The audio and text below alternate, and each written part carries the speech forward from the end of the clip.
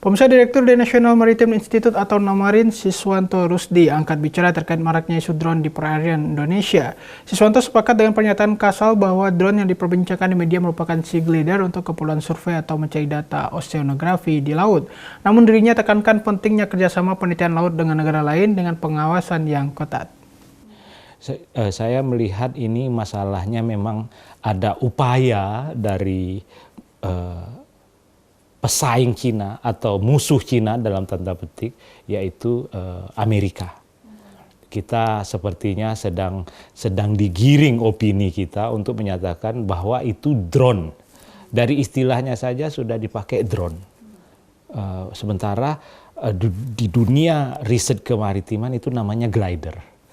Kemudian disebut juga Cina gitu loh. Padahal di alat itu tidak ada satu huruf pun yang menyatakan itu buatan Cina gitu loh. Jadi itu disampaikan oleh Kasal tadi pagi. Dia tidak membaca ada tulisan Cina atau tulisan apa tidak seperti itu. Nah, bahwa ini drone kemudian ini mata-mata, ini berasal dari statement seorang pengamat militer dari Australia. Nah, inilah yang masuk ke media kita, dan media kita mengembangkan apa ini gitu loh, mengembangkan narasi ini. Dan beberapa hari yang lalu sebelum di-counter oleh Pak Yudo Margono KSAL, kita sempat bilang ini drone gitu loh, ini drone, kemudian ini kegiatan mata-mata. Sea glider atau glider ini memang tidak bisa untuk memata-matai.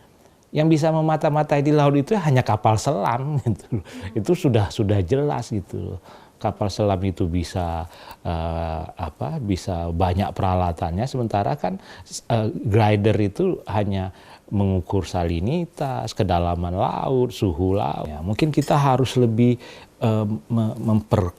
memperkencang pengawasan kita terhadap perjanjian kerjasama kelautan dengan siapapun. Jadi bukan hanya dengan Cina. Ingat, kita ini negara kepulauan terbesar di dunia. Laut kita begitu besar. Laut kita menyimpan misteri untuk dieksplorasi oleh ilmuwan gitu loh. Jadi kita ini, laut kita adalah laboratorium besar bagi umat manusia. Kita harus memberikan kesempatan kepada negara yang memiliki kemampuan untuk itu, dengan tentu saja bekerja sama dengan ilmuwan kita. Jadi ini yang harus kita perkuat dari kasus ini, bahwa riset-riset kelautan harus sedapat mungkin melibatkan ilmuwan kita. Jadi apapun negaranya, apapun proyek penelitiannya, ilmuwan kita harus terlibat. Itu satu.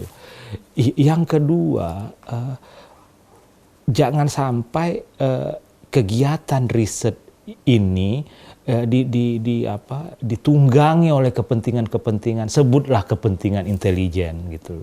Karena data kelautan itu bisa dimanfaatkan loh.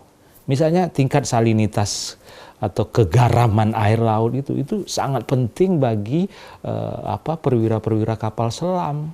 Kapal selam mana saja, kalau dia ingin tidak terdeteksi oleh sonar kapal yang di atas permukaan atau jaringan sonar di dalam laut, dia harus mencari perairan-perairan yang dengan tingkat salinitas yang sesuai, sehingga dia tidak terdeteksi.